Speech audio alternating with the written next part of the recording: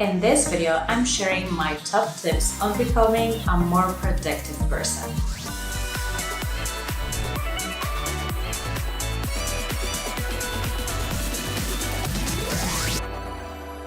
My name is Iglika, and today I'm going to share with you my secret tips on being such a productive person.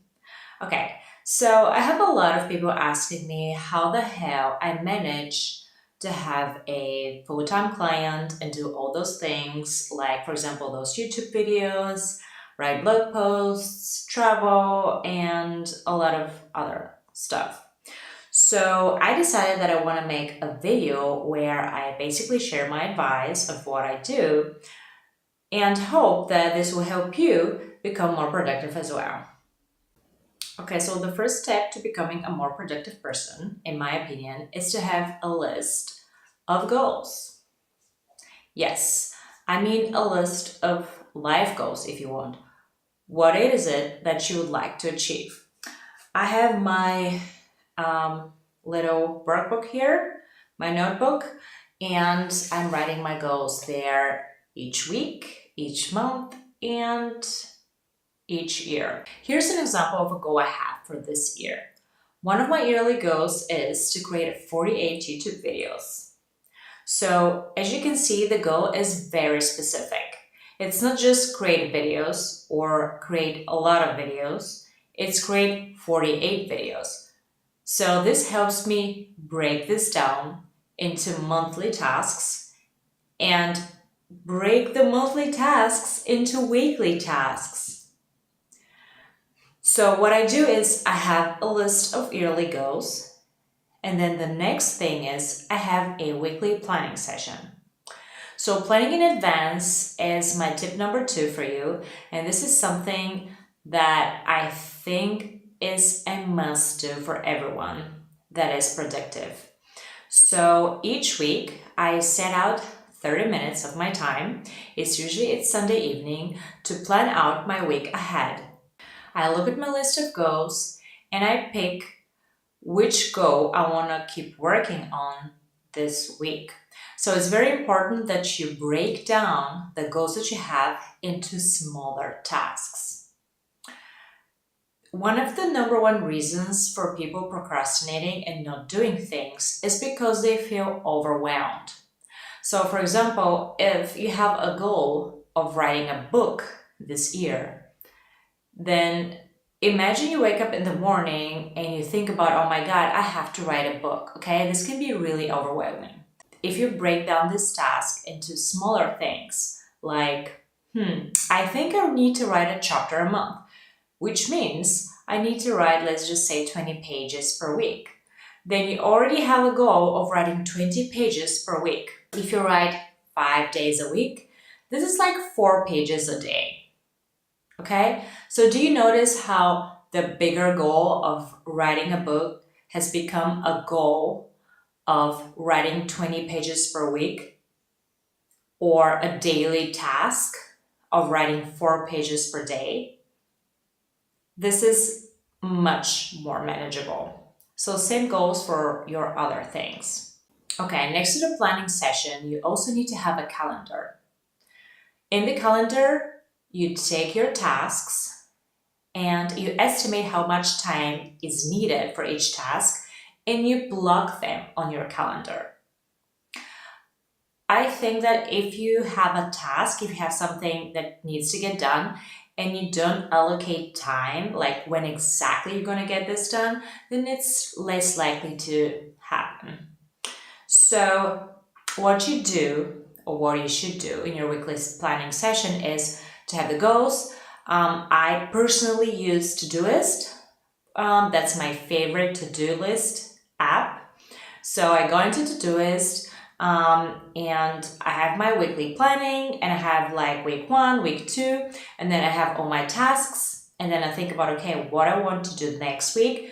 Then I have, let's just say 5 tasks, and then each task I allocate some time to it, and then Todoist syncs perfectly with Google Calendar, which is what I use. And then I open my calendar and see how much time I have each day, and when exactly I'm going to get each task done. Which leads me to the next tip: have a calendar at all times. I think that your life even can be managed with a calendar. Of course, when you're on vacation or you have nothing to do, you don't need to do that.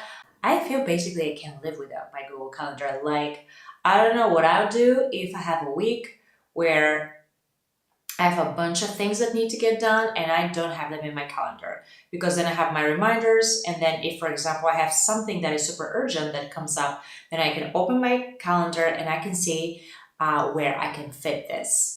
Another thing that I have changed that has transformed my life is tracking my time.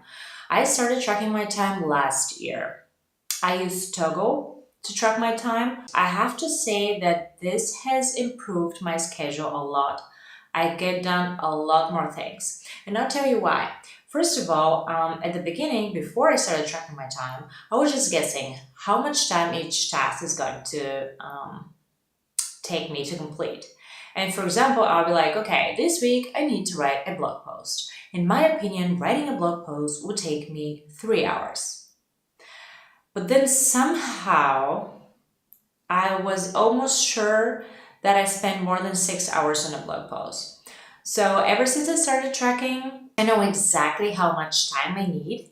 So now if I have to plan my week ahead and I have to write a blog post, I know that it's approximately 5 hours. Okay? It's not 2 hours, it's not 3 hours. Based on my statistics, it's 5 hours. Tracking your time helps you actually make sure that you know how much time each task needs to be completed. The second benefit of tracking your time is to actually know where the hell your time goes, okay? Like, I'm not telling you to track your time while doing the dishes. Of course, you can do that. But there's a general rule that I have that if I spend more than 20 minutes on something, then I have to track it.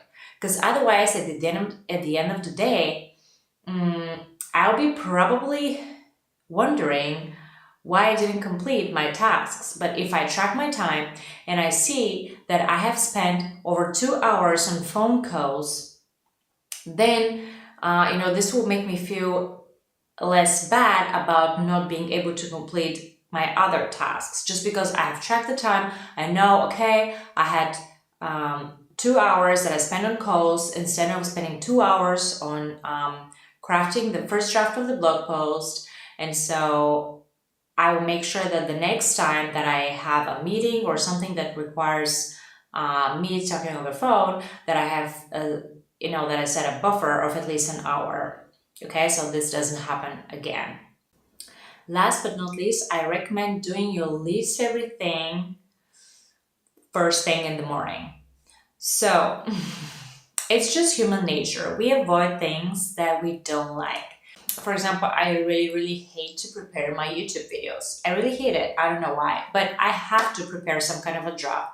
What I'm going to talk about, what's the topic of the video, and I usually avoid doing this. So if I postpone this to the end of the day, the chances are that I'll keep postponing it each day. So what I do instead is I get up in the morning, I set aside an hour, and after I have my coffee, I go straight to it. I sit down and I write out the draft for the video.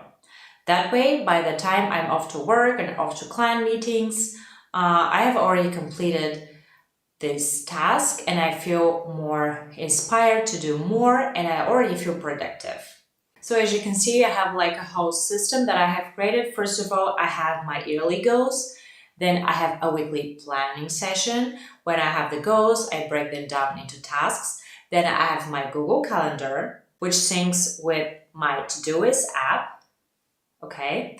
And then the next planning session, I'm just tracking and seeing if I have completed everything, how much time I needed, and I'm adjusting my plan for the next week accordingly. And also, as I just mentioned, I try to first do the thing that I hate the most in the morning, so that by lunchtime, I have it off my list, and I can concentrate on things I enjoy, and I feel much more productive. So this is how I have changed my habits throughout the years. And this is what I currently do to stay so productive. So I hope this is helpful. And if you like this video and you like the tips that I'm sharing with you, please give it a thumbs up and subscribe to my channel. Thanks so much for watching.